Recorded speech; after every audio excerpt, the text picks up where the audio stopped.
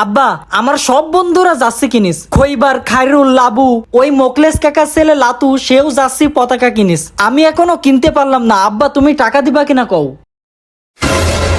আমিও তো চার দোকান থেকে শুনে আসলাম ওই জাঙ্গিরের ছেলে নেইমার নাকি টিভিতে খেলবে। তুই তো সকাল বিকাল ফুটবল খেলিস, তোর নাম তো একবারও শুনলাম না হারে। আব্বা ও জাঙ্গিরের ছেলে নেইমার না, ওই জাঙ্গির ব্রাজিলে সাপোর্ট করে, তাই ওর সাবালের নাম রেখিস নেইমার। তুমি আমার টাকা দাও, আমি জার্সি আর পতাকা কিনবো। আমি যা পয়দা করছি এ টাকা না দিলে ছাড়বে না।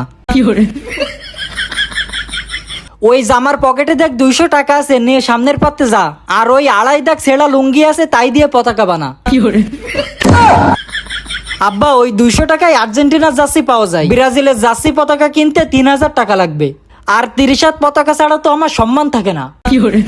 ওই 30 হাত পতাকার সাথে 3.5 হাত কাপড়টাও কিনে আনিস। কেন আব্বা? এই যে বাপের টাকার সাথে বাপকেও সমাধি দিতে পারবি।